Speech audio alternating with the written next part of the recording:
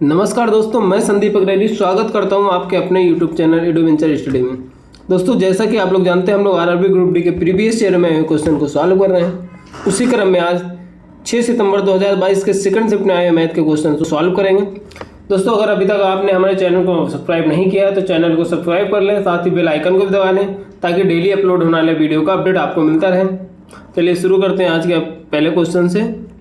पहला क्वेश्चन है, वह संख्या ज्ञात कीजिए जिसका 1/3 भाग उसके 1/5 भाग से 6 अधिक हो। ठीक, तो हमें संख्या बताना है। तो हमने मान लिया संख्या x है, तो संख्या x है तो क्या बोल रहा है, संख्या का 1/3 भाग से मतलब x का 1/3 भाग जो है वो 1/5 के 6 अधिक है। ठीक, तो ये कंडीशन ये बोल रहा है हमें, तो हम इस समीकरण को सॉल्व कर लेंगे। तो x/3 1/5 x को इधर लाएंगे तो ये माइनस में हो जाएगा x/5 बराबर 6। तो इसका हम जब एलसीएम ले लेंगे तो ये 5x माइनस 3x बटे में 5 या 15 हो जाएगा बराबर 6।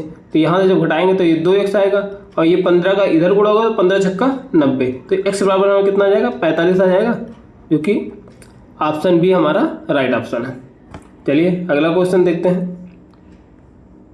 अगला क्वेश्चन है, ए और बी अकेले किसी कार्य को क्रमशः 30 दिन में और 40 दिन में कर सकते हैं। यदि वो एक साथ मिलकर कार्य करते हैं तो उन्हें कार्य करने के लिए 2800 मिलता है। तो ए का हिस्सा कितना होगा? तो ऐसे क्वेश्चनों में ए का हिस्सा उतना होगा जो इनकी कार्य क्षमता होगी। मतलब सबसे पहले ऐसे क्वेश्चनों में उनकी कार्य क्षमता निकालते हैं। तो क्या दिया है, ए जो है अकेले उस कार्य को कितने दिन में, 30 दिन में करता है। ऐसे बी जो है उस कार्य को 40 दिन में। अब इन दोनों का एलसीएम ले लेंगे तो इन दोनों का एलसीएम 120 आएगा। तो 120 को हम जब 30 से डिवाइड करेंगे तो ए की कार्य क्षमता आएगी जो कि 4 होगा और बी की कार्य क्षमता 3 हो जाएगी। मतलब ए जो है एक दिन में 4 काम करता है और बी जो है एक दिन में 3 काम करता है। तो यही जो रेशियो है, इसी रेशियो में इसको हम 2800 को हम डिवाइड कर लेंगे। तो 2800 को जैसे टोटल कितना, दोनों मिलके काम करेंगे तो टोटल 7 करेंगे। तो उन्हें टोटल काम करने का 2800 मिलता है ना, तो 2800 बराबर 7 अगर हम कर देंगे तो एक बराबर कितना आ जाएगा, एक बराबर हमारा हो जाएगा 400। तो हमें किसका हिस्सा बताना है, हमें ए का हिस्सा बताना है। तो ए का हिस्सा कितना है, ए का रेशियो 4 है तो 4 बराबर कितना आ जाएगा, 4 चौका 1600। हमारा ए का हिस्सा आ जाएगा 1600 रुपया, जो कि ऑप्शन सी हमारा राइट ऑप्शन है। चलिए अगला क्वेश्चन देखते हैं। एक त्रिभुज के भुजाओं के माप 32 सेंटीमीटर, 60 सेंटीमीटर और 68 सेंटीमीटर है। इसका क्षेत्रफल ज्ञात कीजिए। तो जिसमें त्रिभुज की तीनों भुजाएं दी हों तो उसका क्षेत्रफल हमेशा हीरोज फार्मूला से लगाते हैं। तो हीरोज फार्मूला क्या होता है, हमारा त्रिभुज का क्षेत्रफल बराबर होता है √s s minus A s minus B s minus C. ठीक, ये त्रिभुज का क्षेत्रफल होता है। तो और s कैसे निकालते हैं, s बराबर होता है a प्लस बी प्लस सी बटे में 2। ये अर्धपरिमाप बोलते हैं इसको। तो 32 प्लस 60 प्लस 68 बटे 2। जब इसको जोड़ेंगे तो 32 68 100 160 160 बटे 2 मतलब 80 आ जाएगा। s बराबर 80 आ गया। तो हम यहाँ रख देते हैं 80। s माइनस है कितना, 32 है, a बराबर 32 है और s बराबर 80 है। तो 80 में से 32 गया तो हमारा आ जाएगा कितना, 48 गुणे में ये 60, मतलब 80 में से 60 गया तो 20, ऐसे 80 में से 68 गया तो 12 आ जाएगा। ठीक, ये अंडर रूट में पूरा है। तो ऐसे अब हम इसको गुणा करने के बजाय इसको हम तोड़ लेंगे। ऐसे तोड़ेंगे कि इसका हमारा वर्ग बन जाए। तो हम इसको तोड़ते कैसे, 80 को हम क्या लिख सकते हैं, 85 लिख सकते हैं, 16 गुणे 5। ऐसे 48 को 12 चौक 48, 12 गुणे 4। ऐसे 20 को 5 चौक 20। अब यहाँ देखिए, जब इसका रूट हटाएंगे तो ये 16 से क्या बाहर आ जाएगा, 4 बाहर आ जाएगा। ऐसे 5 गुणे 5 का यहाँ 5 बाहर आ जाएगा। यहाँ 12, देखिए यहाँ 12 हम भूल गए, यहाँ 12 रहेगा। तो यहाँ 12 2 बार है तो एक 12 बाहर आ जाएगा। वैसे एक 4 2 बार 4 है तो 4 बाहर आ जाएगा। ठीक, अब इसका हम गुणा कर लेंगे।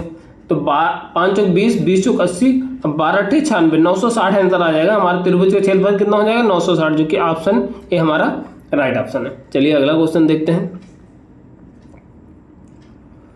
ए और बी के वेतनों का अनुपात 3:4 है। ए और बी दोनों में से प्रत्येक के वेतनों में 3000 की वृद्धि करने पर उनके वेतनों का नया अनुपात 18:23 हो जाता है। वृद्धि के बाद ए का वेतन ज्ञात कीजिए। तो पहले क्या दिया है, 3:4 दिया है और उसके बाद जब वृद्धि हो जाती है तो 18:23 23 हो जाता है। ठीक, तो अब यहाँ से देखेंगे तो एक्चुअल में वृद्धि कितना दोनों में बराबर हुआ ना, 3000 का वृद्धि हुआ है। लेकिन इसके हिसाब से देखेंगे तो इसमें देखेंगे तो इसमें 15 का वृद्धि हुआ ए में, और बी में देखेंगे तो कितना हो गया है 19 का हुआ है, जो कि बराबर नहीं है। तो ऐसे कंडीशन में सबसे पहले हम इसके ये अंतर को बराबर करते हैं। तो अंतर को बराबर करने के लिए इन दोनों का जो अंतर है, जैसे इन दोनों का अंतर 1 है और इन दोनों का अंतर कितना है 5 है, तो इसके अंतर को ऊपर गुणा और ऊपर वाले के अंतर को नीचे गुणा कर देते हैं। ठीक, तो अब ऊपर का गुणा करेंगे तो हमारा नया रेशियो क्या बन जाएगा, 5:15 अनुपात 5:20, ये पहले का आ गया। और जब 3000 वृद्धि हो जाती है तो कितना आ जाएगा, तो ये आ जाएगा 18:23, क्योंकि एक का ही गुणा कर रहे हैं। अब देखिए, अब दोनों में अंतर 3 का हो गया, 3 का अंतर है ना, तो एक्चुअल में कितने का अंतर वृद्धि हुआ 3000 का, तो 3 बराबर 3000 है, तो 1 बराबर कितना हो जाएगा, 1 बराबर हमारा 1000 आ जाएगा। हमें बताना क्या है, वृद्धि के बाद ए का वेतन, तो वृद्धि के बाद ए का वेतन कितना है 18 है, तो 1 बराबर 1000, तो 18 बराबर 18 गुणे 1000, तो बराबर 18000, जो कि ऑप्शन डी हमारा राइट ऑप्शन है। चलिए अगला क्वेश्चन देखते हैं। दो त्रिभुज डी ई एफ और पी क्यू आर में, या डी बराबर क्यू आर, ई एफ बराबर पी आर और एफ डी बराबर पी क्यू है, तो इसमें बताना कौन सा त्रिभुज समरूप त्रिभुज है। ठीक, तो समरूप त्रिभुज के लिए कंडीशन क्या होती है, सीक्वेंस बराबर होना चाहिए, सीक्वेंस सेम होना चाहिए। जैसे जो भुजा बराबर, जैसे डी ई बराबर है क्यू आर के हैं, तो डी बराबर क्यू आर है, इसी सीक्वेंस में हम चलेंगे। तो पहले हम त्रिभुज बना लेते हैं, तो एक बना लिया डी ई एफ, तो ये हमारा डी ई एफ बन गया, और दूसरा त्रिभुज क्या है पी क्यू आर। तो अब जैसे कंडीशन क्या दिया, डी ई बराबर क्यू आर, तो डी ई बराबर ये वाली भुजा को क्यू आर के बराबर, मतलब ये भुजा इसके बराबर है, और ई एफ बराबर जो है ये वाली भुजा, ये इसको हम 2 दे दिए, तो ई एफ बराबर पी आर के, तो 2 वाली इसके बराबर है। ठीक, और एफ डी बराबर ये तीसरी भुजा पी क्यू के बराबर है। ठीक, तो हमेशा सीक्वेंस बराबर रखेंगे। जैसे अगर हम इस त्रिभुज को यहाँ शुरू करेंगे डी ई एफ से, तो त्रिभुज डी ई एफ से अगर शुरू करेंगे तो ये त्रिभुज समरूप होगा किसके, तो सेम भुजा डी ई किसके बराबर है, क्यू आर के बराबर, तो हम यहाँ शुरू करेंगे क्यू आर पी, तो ये त्रिभुज इसके सर्वांगसम होगा। तो हमारा सीक्वेंस हमेशा सेम रहेगा। तो हम यहाँ देख लेते हैं कौन सा आंसर सही है हमारा। देखिए, अब जैसे इसमें दिया एफ ई डी, तो एफ से शुरू किया एफ ई डी, मतलब पहले दूसरी वाली भुजा को इसने रखा एफ ई, तो हमारा यहाँ शुरू करेंगे पी की आर क्यू, क्योंकि हम पहले दूसरी भुजा को बराबर ले रहे हैं, फिर पहली भुजा आ रही है, तो एफ ई डी सर्वांगसम होगा किसके, पी आर क्यू के। ठीक, तो ये हमारा पहला ही आंसर सही आंसर है, जो कि समरूप त्रिभुज की कंडीशन को बता रहा है। ऐसे हम दूसरा तीसरा भी चेक कर लेते हैं एक बार। तो डी ई एफ, तो डी ई एफ मतलब 1 2 से चल रहा है ना, तो डी ई एफ बराबर किसके हो जाएगा, क्यू आर पी के। एक्चुअल में क्यू आर पी के बराबर होना चाहिए, लेकिन यहाँ ऑप्शन दिया क्या है पी क्यू आर, तो ये गलत हो जाएगा। ई डी एफ, तो 1 से 3 चल रहा है ना, तो 1 से 3 हम चलाएंगे R Q P. E D F जो है आर क्यू पी के बराबर, लेकिन यहाँ आर पी क्यू दिया है, तो ये भी गलत है। ऐसे त्रिभुज P Q R, P Q R 3 से 1 पे आया है, तो त्रिभुज पी क्यू आर मतलब एफ डी ई के बराबर होगा, जो कि ये भी ऑप्शन गलत हो जाएगा। तो हमारा ऑप्शन 1 ही सही है, जो कि हमारा समरूप त्रिभुज की कंडीशन को सेटिस्फाई कर रहा है। चलिए अगला क्वेश्चन देखते हैं। ब्याज की गणना 10 मासिक चक्रवृद्धि पर आधार पर करने पर एक्स की राशि 12% वार्षिक दर से 2.5 वर्ष में प्राप्त मिश्र धन 50,578 है, तो एक्स का मान ज्ञात कीजिए। तो यहाँ देखिए, ब्याज जो है 10 मासिक में चक्रवृद्धि पे हो रहा है, तो 10 मासिक, और लेकिन दिया कितने है, वार्षिक में दिया है, तो इसको पहले 10 मासिक में बदलेंगे। तो इसको 10 मासिक में बदलने के लिए क्या करेंगे, देखिए ये 10 मासिक को अगर हम ईयर में बनाएंगे तो हमारा 10/12 होता है, तो ये हमारा हो जाएगा 5/6। ठीक, अब इसी 5/6 से इस 12% में गुणा कर देंगे, तो 5/6 से जब गुणा करेंगे तो हमारा ये 10% आ जाएगा। मतलब 10 मासिक से हिसाब से जब लेंगे तो हमारा ब्याज दर 10% हो जाएगा, क्योंकि ये तो 12% वार्षिक दिया ना, तो हमें 10 मासिक से लेना है। और समय देखिए, समय 2.5 साल, तो 2.5 साल में कितना, 2.5 साल में हमारा 12 2 24 है, 30 महीना होता है। 2.5 साल में हमारा 30 महीना होता है ना, और 10 मासिक से हिसाब लेंगे तो हमारा 3 वर्ष का हो जाएगा, क्योंकि ये समय 3 वर्ष हो जाएगा ना, क्योंकि 10 मासिक को हम 1 मान के चल रहे हैं ना, तो समय 3 हो जाएगा। तो अब इसके आधार पर हमारा जो मिश्र धन बन रहा है 50,578 बन रहा है। ठीक, तो हमारा फार्मूला क्या होता है, मिश्र धन बराबर मूलधन गुणे 1 + R/100 की पावर n। तो a कितना दिया है, मूलधन कितना दिया, 50 578 दिया है। अब p हमें निकालना है 1, r कितना दिया, 10 दिया है बटे 100, और समय कितना दिया, 3 वर्ष। यहाँ से एक जीरो कट जाएगा, तो ये आ जाएगा हमारा 50 578 बराबर p गुणे 11/10 गुणे 11/10 गुणे 11/10 हो जाएगा। अब p बराबर हमारा क्या हो जाएगा, p बराबर हो जाएगा 50 578 गुणे 10 गुणे 10 गुणे 10 बटे में 11 गुणे 11 गुणे 11। अब इसको हम 11 से काटेंगे तो ये 11 कटेगा कितना, 11 चौक 44, 6 11 पच्चे 55, 11 9 99, 11 8 88। ठीक, फिर से 11 से काटेंगे तो 11 चौक 44, 11 1 11, 11 8 88। फिर से 11 से कटेगा तो 11 3 33, 11 8 88, 38 आ जाएगा ये। तो ये p बराबर कितना हो जाएगा, 38 गुणे 10 गुणे 10 गुणे 10। तो ये p बराबर आ जाएगा हमारा 38,000, जो कि ऑप्शन ए हमारा राइट ऑप्शन है। इसको आप फ्रैक्शन से भी लगा सकते थे या ट्री मेथड से भी लगा सकते थे, लेकिन मुझे लगा इससे बता देना चाहिए फार्मूले से, इसलिए मैंने फार्मूले से बता दिया। आप ट्री मेथड से भी इसको लगा सकते हैं। चलिए अगला क्वेश्चन देखते हैं। एक बस यात्रा के दौरान 10 मिनट के एक स्टॉप तथा 5 मिनट के एक अन्य स्टॉप के साथ 3.5 घंटे में 160 किलोमीटर की दूरी तय करती है। बस की औसत चाल बताइए। तो सबसे पहले ये जो समय दिया है, ये टोटल समय दिया है 3.5 घंटा। इसका जो समय है उसमें 10 मिनट और 5 मिनट भी जुड़ा हुआ है, तो इस 10 मिनट और 5 मिनट को इस समय से हम निकाल देंगे। ठीक, तो ये घंटा कितना दिया, 4 3 12 1 13, 13/4 घंटा लिख सकते हैं इसको। ठीक, और ऐसे ये 10 मिनट, ये 5 मिनट, ये 15 मिनट। तो 15 मिनट को पहले हम घंटे बनाएंगे, कितना हो जाएगा 15/60, तो इसको 1/4। तो अब 1/4 को 13/4 में से घटा देंगे, तो जो हमारा समय आ जाएगा वो एक्चुअल समय आएगा जिसमें वो बस जो है यात्रा कर रही है। तो 13/4 माइनस 1/4, तो ये आ जाएगा हमारा 12/4 बराबर 3 घंटे आ जाएगा। तो मतलब एक्चुअल में 3 घंटे ही बस चल रही थी। तो औसत चाल क्या हो जाएगा हमारा, औसत चाल बराबर दूरी बटे वास्तविक जो उसकी समय है, वास्तविक चलने का समय। तो वास्तविक समय कितना, 3, 160/3। तो 3 से भाग करेंगे तो 3 25 15, 3 3 9, 53 से 1/3 आ जाएगा, जो कि ऑप्शन हमारा बी ऑप्शन राइट ऑप्शन है। चलिए अगला क्वेश्चन देखते हैं। तो यहाँ बताना क्या है, एक पाई चार्ट दिया हुआ है, तो हमें बताना क्या पिछले वर्ष की तुलना में किस वर्ष कंपनी के उत्पादन में अधिकतम % वृद्धि हुई। तो हमें बताना क्या अधिकतम % वृद्धि किस वर्ष में हुई। तो सबसे पहले ऑप्शन देखेंगे, जो ऑप्शन दिया है हम उसी को केवल चेक करेंगे। ठीक, तो 2016 देखेंगे, 2016 में क्या हुआ है, 2015 में कितना था, 35 था, 35 से ये 55 हो गया, तो कितना का वृद्धि हुआ है, 20 का हुआ है, किस पे हुआ है, 35 पे हुआ है, गुणे 100, ये हम परसेंटेज में निकाल लेंगे इसका। और 2019 में देखेंगे, तो 2019 में 2018 में कितना था, 2018 में भी 35 था, तो 35 से कितना हुआ यहाँ पे 90 हो गया है, तो कितने का वृद्धि हुआ है, टोटल 55 का वृद्धि हुआ कितने पे, 35 पे, गुणे 100 परसेंटेज में निकालने के लिए। तो देखिए ये तो 19 वाला है तो 16 से ज़्यादा ही है, तो 16 तो होगा ही नहीं, 19 हो भी सकता है। और 18 देख लेते हैं, 18 वाला क्या, 18 में देखिए डिक्रीज हो गया, मतलब कमी हो गई है, तो ये भी हमारा ऑप्शन नहीं होगा। 14 में देख लेते हैं, 14 में भी कमी हो गई, तो ये भी ऑप्शन नहीं होगा। इन दोनों में से ज़्यादा किस में है, हमारा 2019 में। ये आप इसको फ्रैक्शन देख के समझ जाएंगे हमारे ज़्यादा किस में, 19 में, तो ऑप्शन भी हमारा राइट ऑप्शन है। चलिए अगला क्वेश्चन देखते हैं। यदि 2x² + kx + 3 = 0 के मूल वास्तविक और समान है, जहाँ k > 0 है, तो k का मान निम्न में से किस समीकरण को संतुष्ट करेगा।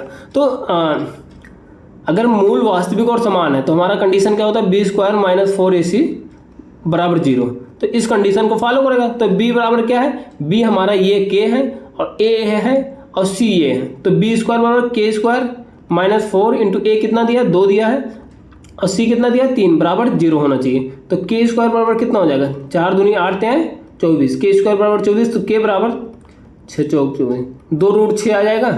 k का मान हमारा 2√6 आ गया। तो अगर k का मान निम्न में से किस समीकरण को संतुष्ट करता है, तो इस k का मान हम समीकरण में उठा के रख देते हैं। तो सबसे पहले में रखते हैं, तो k बराबर जब रखेंगे तो k² बराबर 24 था, 24 प्लस √6, k का मान कितना है, 2√6 - 12 बराबर 0। अब इस कंडीशन में 0 आना चाहिए, तो 24 प्लस 6 दूनी 12 हो जाएगा, -12। तो पहला कंडीशन तो हमारा फॉलो नहीं हो रहा, क्योंकि इसमें बराबर 0 नहीं आ रहा है, 24 बराबर 0 आ रहा है, तो ये भी पहला नहीं होगा हमारा। तो हम देखिए इसमें √3 है तो ये भी नहीं होगा हमारा, ये दोनों भी ऑप्शन नहीं होंगे। तो हम सबसे पहले इसको चेक करते हैं। तो ये हमारा 24 माइनस √6 गुणे 2√6 माइनस 12 बराबर 0। तो 24 माइनस 6 दूनी 12 माइनस 12। तो अब 24 माइनस 24 हो गया तो 0 बराबर 0 आ जाएगा, जो कि ऑप्शन डी हमारा राइट ऑप्शन है, क्योंकि इसको ये फॉलो कर रहा है, संतुष्ट कर रहा है। तो हमारा ऑप्शन डी राइट ऑप्शन हो जाएगा। चलिए अगला क्वेश्चन देखते हैं।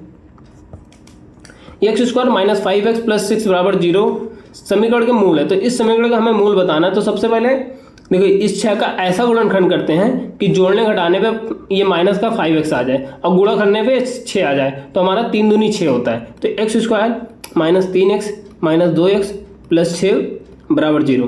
तो यहाँ x का मान लिए x माइनस 3, यहाँ 2 का मान लिए x माइनस 3, यहाँ से x माइनस 3 एक ब्रैकेट में, x माइनस 2 एक ब्रैकेट में बराबर 0। x बराबर हमारा क्या आ गया 3 आ गया और एक x बराबर 2 आ गया। तो हमारा ऑप्शन क्या हो जाएगा, ऑप्शन बी हमारा राइट ऑप्शन हो जाएगा। चलिए अगला क्वेश्चन देखते हैं। एक बस किसी दूरी का 2/5 भाग 50 किलोमीटर प्रति आवर की चाल से और शेष दूरी को 60 किलोमीटर प्रति आवर की चाल से तय करती है। पूरी यात्रा के लिए बस की औसत चाल ज्ञात की। तो चलिए 2/5 भाग बोल रहा है ना, तो हमने टोटल मान लिया, टोटल दूरी मैंने मान लिया वो 5 है। अगर टोटल दूरी 5 मैंने मान लिया तो 2/5 का क्या 2 भाग हो जाएगा, पहली दूरी 2 हो जाएगी। तो बचा कितना, बचा हुआ हमारा तो 5 में से 2 घटाएंगे तो 3 बच गया। तो मतलब 2 किलोमीटर की दूरी जो है वो 50 के हिसाब से जा रहा है और 3 किलोमीटर को 60 के हिसाब से जा रहा है। तो यहाँ से समय निकाल लेंगे। समय बराबर क्या हो जाता है हमारा, समय बराबर दूरी बटे चाल। ठीक, तो दूरी कितना है हमारा 2 है और चाल कितना है 50 है और यहाँ दूरी है 3। तो पहला समय आ गया हमारा 1/25 और दूसरा कितना आ गया 1/20। ठीक, तो ये 60 है। तो हमारा औसत चाल क्या हो जाएगा, औसत चाल बराबर कुल दूरी बटे कुल समय। ठीक, तो कुल दूरी कितना हमारा, कुल दूरी तो 5 है और कुल समय एक हो जाएगा 1/25 और दूसरा हो जाएगा 1/20। ठीक, अब इसको जब हम इसका नीचे वाला कैल्शियम लेंगे तो ये 5 वो नीचे वाले कैल्शियम क्या आएगा 100 आ जाएगा। तो 4 + 5/100। ठीक, अब ये 100 ऊपर चला जाएगा, 5 × 100 बटे में 9। ठीक, तो ये 500/9 आ जाएगा। अब इसको हम जब भाग करेंगे 9 × 5 = 45, 9 × 5 = 45, 5 मतलब 55 सही 5/9 आ जाएगा, जो कि ऑप्शन डी हमारा राइट ऑप्शन है। चलिए अगला क्वेश्चन देखते हैं। यदि 512/125 की पावर 3 गुणे 512/125 की पावर के बराबर 8/5 की पावर 15 है तो के का मान ज्ञात कीजिए। तो सबसे पहले इसको सॉल्व करने के लिए क्या करेंगे, 512 किसका क्यूब है, 512 जो है 8 का क्यूब है और 125 5 का क्यूब है। तो इसका क्यूब का पूरे का क्यूब है।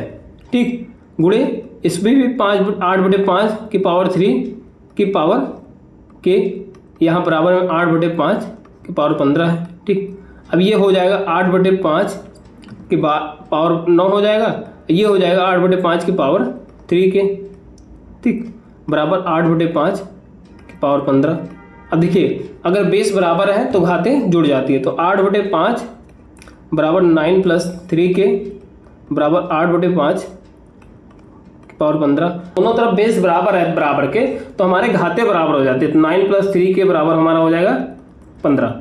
तो यहाँ से 3 के बराबर हो जाएगा 15 - 9 6। तो के बराबर हमारा कितना आ जाएगा 2 आ जाएगा, जो कि ऑप्शन डी हमारा राइट ऑप्शन है। चलिए अगला क्वेश्चन देखते हैं। एक बेलन के आधार की त्रिज्या और ऊंचाई का अनुपात 3:4 है। यदि इसका आयतन 38,808 सेंटीमीटर क्यूब है तो पाई बराबर 22/7 का उपयोग करते हुए बेलन की त्रिज्या ज्ञात कीजिए। ठीक, तो सबसे पहले जो रेशियो दिया है इसको हमने देखिए त्रिज्या मान लिया 3x और ऊंचाई मान लिया 4x। ठीक, अब हमें आयतन दिया हुआ है, तो आयतन क्या होता है बेलन का, बेलन का आयतन होता है πr²h, ये आयतन होता है हमारा। तो आयतन दिया है कितना 38,808 बराबर में पाई का मान 22/7, आर कितना है हमारा 3x² इंटू 4x। ठीक, अब हमारा यहाँ से देखिए यहाँ से हम x का मान निकाल लेंगे। तो x का मान जब निकालेंगे तो हमारे एक्स क्यूब बराबर क्या आ जाएगा, एक्स क्यूब बराबर हो जाएगा हमारा 38,808 गुणे 7, नीचे वाला ऊपर, ऊपर वाला नीचे, 22 गुणे 9 गुणे 4। ठीक, अब यहाँ 11 से काटेंगे, 11 दूना 22, 11 ત્યાં 33, 5 38, 11 25 55, 3 बचा यहाँ पे, 11 दूना 22, 11 8 88। ठीक, अब 9 से काटेंगे यहाँ पे, तो 9 9 त्रिक 27, 9 9 81, 9 दूनी 18, 392 गुणे 7 बटे 2 गुणे 4, तो 4 दूनी 8, 8 से काटेंगे तो 8 चौक 32, 8 9 72, तो 49 गुणे 7 आ जाएगा। तो r बराबर हमारा कितना आ गया, क्योंकि एक्स क्यूब बराबर हमारा 49 गुणे 7 आया, मतलब x बराबर हमारा कितना आ जाएगा, 7 आ जाएगा। अब x बराबर 7 आ गया है तो r बराबर हमारा 3x था, r बराबर 3x, तो r बराबर क्या होगा, 3 गुणे 7 बराबर 21 सेंटीमीटर हो जाएगा हमारा r। तो हमारा ऑप्शन सी राइट ऑप्शन हो जाएगा। चलिए अगला क्वेश्चन देखते हैं। यदि एक आयत की लंबाई में 4 मीटर की वृद्धि की जाती है और चौड़ाई में 2 मीटर की कमी की जाती है। मान लीजिए पहले लंबाई l था और चौड़ाई b था। ठीक, तो लंबाई में 4 मीटर की वृद्धि, मतलब l + 4 कर दिया जा रहा है और चौड़ाई जो है b - 2 कर दिया जा रहा है। ठीक, तो इसके क्षेत्रफल में 2 मीटर की वृद्धि हो जाती है। मतलब पहले LB अगर रहा होगा तो अब कितना हो जा रहा है, l + 4 × b - 2 बराबर LB + 2 हो जा रहा है, ये कंडीशन बोल रहा है। और अगर उस दूसरी कंडीशन क्या है, यदि इसकी लंबाई में 3 मीटर की कमी की जाती है, लंबाई में 3 मीटर की कमी की जाती है तो और चौड़ाई में 5 मीटर की वृद्धि की जाती है। ठीक, तो क्षेत्रफल जो है वो 23 मीटर स्क्वायर में वृद्धि हो जाती है, मतलब क्षेत्रफल में 23 मीटर की वृद्धि हो जाती है। तो दो कंडीशन हमारी बन गए, दोनों समीकरण से हम एल और बी का मान निकाल लेंगे और हमें बताना क्या, आयत का परिमाप बताना। ठीक, तो सबसे पहले इसको हम सॉल्व करते हैं। तो ये LB + 4B - 2L - 8 बराबर LB + 2, यहाँ LB कट जाएगा, ये आ जाएगा 4B - 2L बराबर 10, ये पहला समीकरण आ गया। और यहाँ से क्या आ जाएगा, LB - 3B + 5B + 5L - 15 बराबर LB + 23। ठीक, तो LB से LB कट जाएगा, ये माइनस का 15 उधर जाएगा तो 5L - 3B बराबर ये 38 हो जाएगा। ठीक, अब यहाँ दो समीकरण आ गया।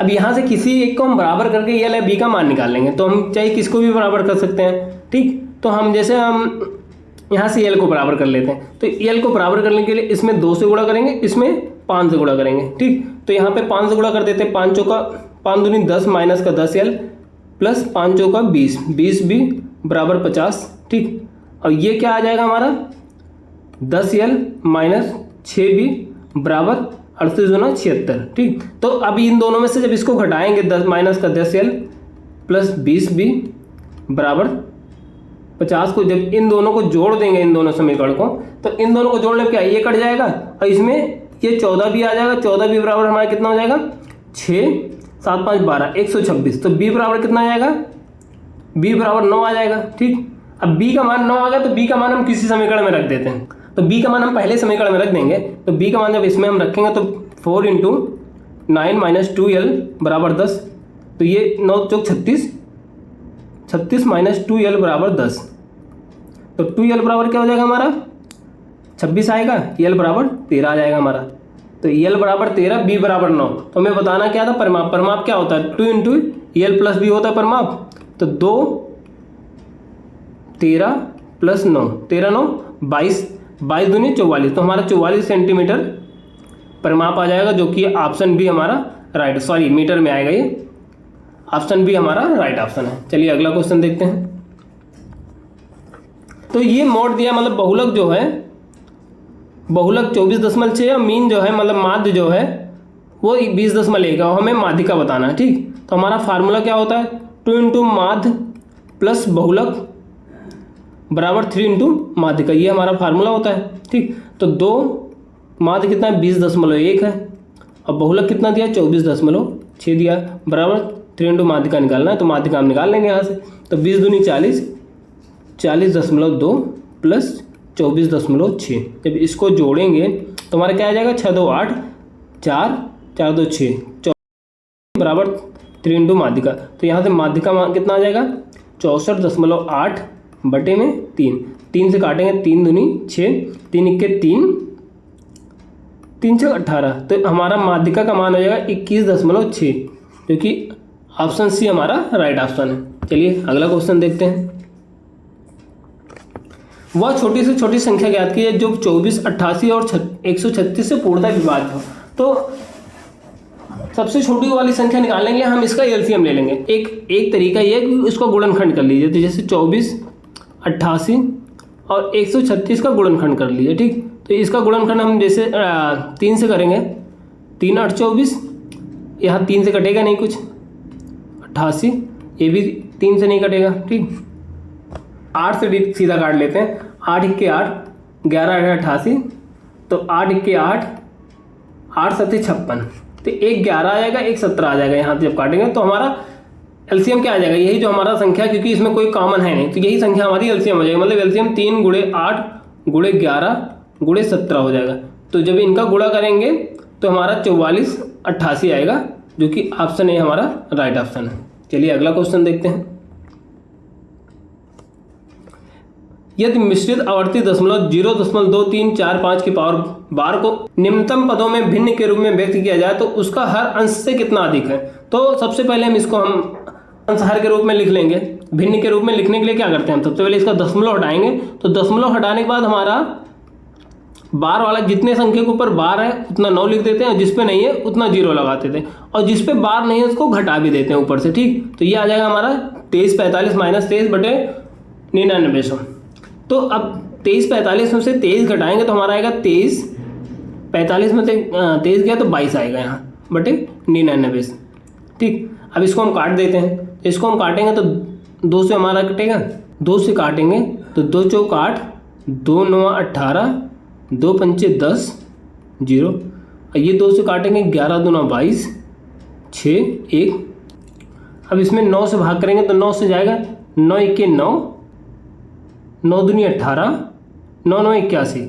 ये 9 से कटेगा, 9 पचे 45, 9 पचे 45 0। तो ऊपर आ जाएगा 129 और नीचे आ जाएगा 550। तो हमें बताना क्या है, हर जो है अंश से कितना ज़्यादा है। तो हर जो है 550 अंश से कितना ज़्यादा है ये बताना ना। तो इसमें से 1 घटा देंगे तो 10 में से 9 गया 1 आएगा, और 4 में से 2 गया 2 आएगा, या 421 ज़्यादा है। हर जो है अंश से 421 ज़्यादा, तो ऑप्शन है हमारा राइट ऑप्शन हो जाएगा। चलिए अगला क्वेश्चन देखते हैं। 20 और 50 के तृतीय अनुपाती और 9 और 16 के मध्य अनुपाती के बीच अनुपात ज्ञात कीजिए। तो तृतीय अनुपाती निकालने का फार्मूला क्या होता है हमारा, तृतीय अनुपाती हम निकालते हैं x बराबर b² अपान a, ठीक। अब मध्य अनुपाती कैसे निकालते हैं, x बराबर √ab, ठीक। तो अब ये हमें बताना क्या है, दोनों का अनुपात बताना। तो b² अपान a क्या होगा, 50 गुणे 50 बटे 20 अनुपाते बताना क्या है, √9 गुणे 16।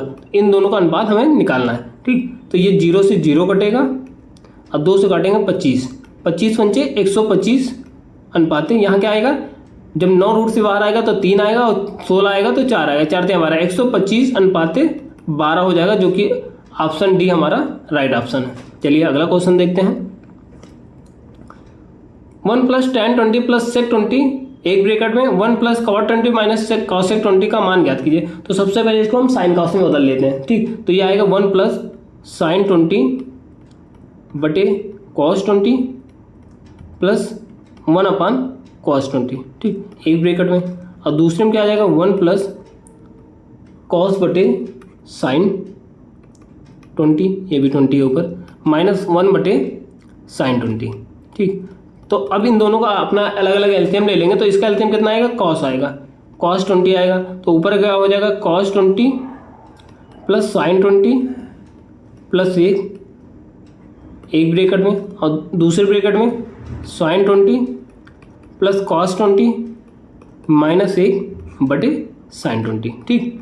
अब यहाँ देखिए, अगर हम sin 20 प्लस cos 20 को हम a मान लें और एक को मैंने b मान लिया, तो a plus b a minus b बन रहा है। तो ये हो जाएगा हमारा sin 20 प्लस cos 20 का होल स्क्वायर माइनस 1 का स्क्वायर बटे में sin 20 इंटू cos 20, ठीक। अब देखिए ऊपर वाले का जब हम स्क्वायर खोलेंगे तो आएगा sine square 20 plus cos square 20 plus 2 sine 20 into cos 20, ठीक।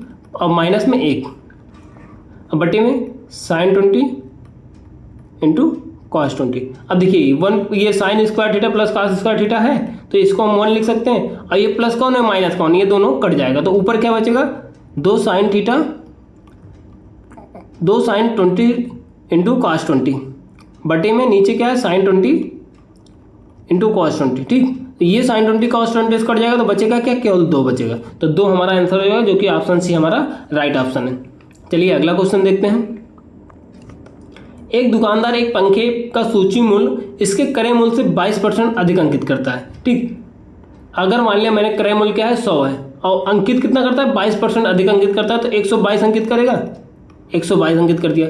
और उसके अंकित मूल्य पर 15% की छूट प्रदान करता है। तो अंकित मूल्य पे कितना छूट प्रदान करता है 15% की। तो 122 का 15% हमने पहले निकाल लेते हैं। 122 का 15% बटे 100, तो यह आ जाएगा 15 दूना 30, 15 दूना 30 3 33, 15 के 15 3 18। तो अगर नीचे 100 भाग करेंगे 2 अंक पे दशमलव, तो 18.30 का वो छूट देता है किसमें 122 में। तो हमारा आ जाएगा 122 माइनस 18.30, इसको निकालेंगे तो हमारा 103.70 आ जाएगा। मतलब वो 103.70 में वो सेल करता है, इसकी विक्रय प्राइस मूल्य हो गया। लेकिन ये तो वह 111 का लाभ अर्जित करता है, लेकिन हमारे हिसाब से कितना लाभ अर्जित कर रहा है, हमारे हिसाब से 3.70 का वो लाभ अर्जित कर रहा है। लेकिन क्वेश्चन क्या कह रहा है 111 का, मतलब 3.70 111 के बराबर है। यहाँ से हम 1 का वैल्यू निकाल लेंगे, 111 बटे 3.70, तो 0 दशमलव हटाएंगे ऊपर डबल 0 हो जाएगा, ये 0 0 कटेगा और 37 से 3 बार जाएगा, तो 1 बराबर हमारा आ जाएगा 1 बराबर 30 आ जाएगा, ठीक। तो हमें निकालना क्या है पंखे का सूची मूल्य। तो पंखे का सूची मूल्य हमारा कितना आया 122 आया है, 1 बराबर 30 है, तो 122 बराबर 122 गुणे 30 कर देंगे, तो हमारा हो जाएगा 0 3 दूनी 6 3 दूनी 6 3 1 3 3660 आ जाएगा, जो कि ऑप्शन डी हमारा राइट ऑप्शन हो जाएगा। चलिए अगला क्वेश्चन देखते हैं।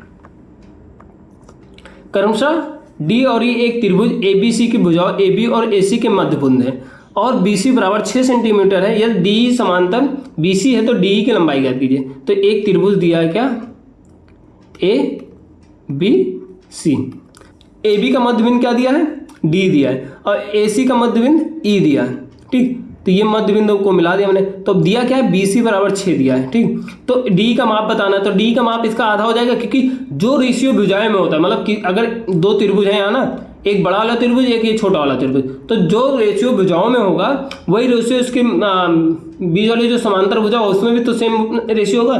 तो देखिए AB जो है वो 2 गुणे AD है, मान लो इसके बराबर है ना, क्योंकि ये तो मध्य बिंदु है तो इसके आधे पे ही तो होगा, तो इसके 2 गुणे के बराबर है। तो ऐसे ही BC जो है वो 2 गुणे DE होगा, तो यहाँ से DE का मान कितना हो जाएगा BC बटे 2, तो हमारा BC 6 है और DE तो फिर कितना DE 3 हो जाएगा, जो ऑप्शन बी हमारा राइट ऑप्शन हो जाएगा। चलिए अगला क्वेश्चन देखते हैं। A किसी कार्य को 12 दिन में पूरा कर सकता है, B उसी कार्य को 20 दिन में पूरा कर सकता है। यदि वे B से शुरू करके बारी बारी से एक एक दिन छोड़कर कार्य करते हैं तो कार्य कितने दिन में पूर्ण हो जाएगा। A जो है वो 12 दिन में, ठीक। अब B जो है वो 20 दिन में। तो सबसे पहले इनकी कार्य क्षमता निकालेंगे। तो कार्य क्षमता निकालने के लिए इनकी पहले हम क्या लेते हैं एलसीएम ले लेते हैं। एलसीएम कितना आएगा 60 आएगा, तो जो एलसीएम आता है उसकी वो टोटल कार्य हो जाता है। मतलब 60 में से 12 डिवाइड करेंगे तो इसकी कार्य क्षमता आ जाएगी। तो 12 पंचे 60, अब 20 से 60, तो A की कार्य क्षमता 5 और B की कार्य क्षमता 3। तो मतलब A जो है एक दिन में 5 काम करेगा और B जो है एक दिन में 3 काम करेगा, ठीक। तो अब शुरू किससे करते हैं, शुरू B से करते हैं ना, तो B आएगा अब पहले दिन में 3 काम करेगा, फिर A आएगा पहले दिन में 5 काम करेगा, दोनों 2 दिन में 8 काम कर देंगे। हमें करना कितना है 60 काम करना है, तो इसको हम इसके नियर अबाउट लेकर जाते हैं। 8 7 56, 7 से गुणा कर देते हैं इसमें, तो 14 दिन में दोनों 56 काम कर देंगे।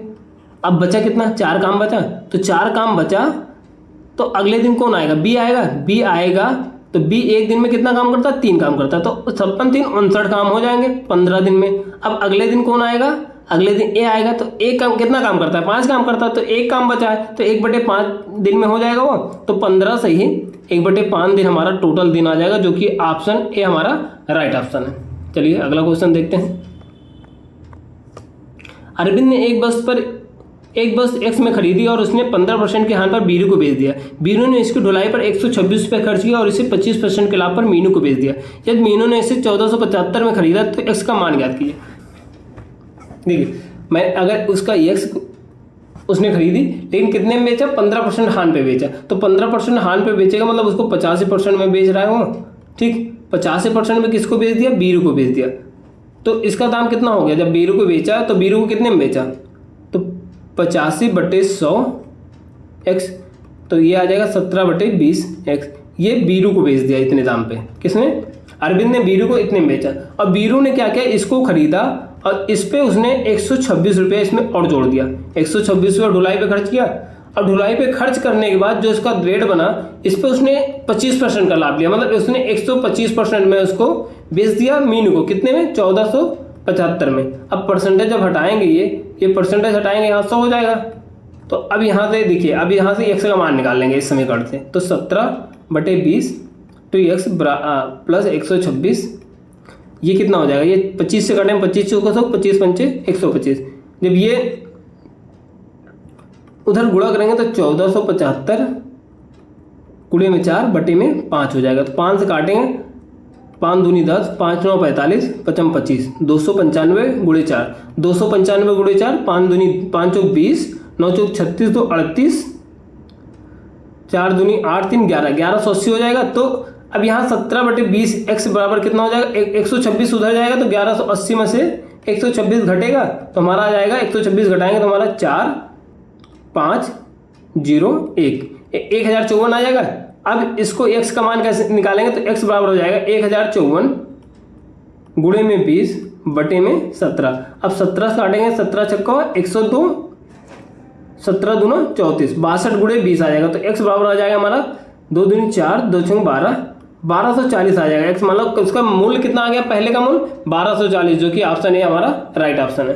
तो दोस्तों आज के लिए इतना ही। आज हम लोगों ने 6 सितंबर 2022 के सेकंड ट्रिप में आए हुए मैथ के क्वेश्चन को सॉल्व किया। दोस्तों अगर आपको हमारी क्लासेस पसंद आई हैं तो हमारे क्लास को लाइक जरूर करें, साथ ही साथ चैनल को सब्सक्राइब करें और बेल आइकन को भी दबा लें ताकि डेली अपलोड होने वाले वीडियो का अपडेट आपको मिलता रहे। दोस्तों अगर आपको हमारे क्लासेस की PDF चाहिए तो हमारे टेलीग्राम चैनल से जरूर जुड़िए, जिसका लिंक वीडियो के डिस्क्रिप्शन में दिया हुआ है। वहाँ आपको सभी क्लासेस की PDF मिलेगी, चाहे वो रीजनिंग का हो या स्टैटिक जीके का हो। चलिए फिर मिलते हैं नेक्स्ट वीडियो में, तब तक के लिए धन्यवाद।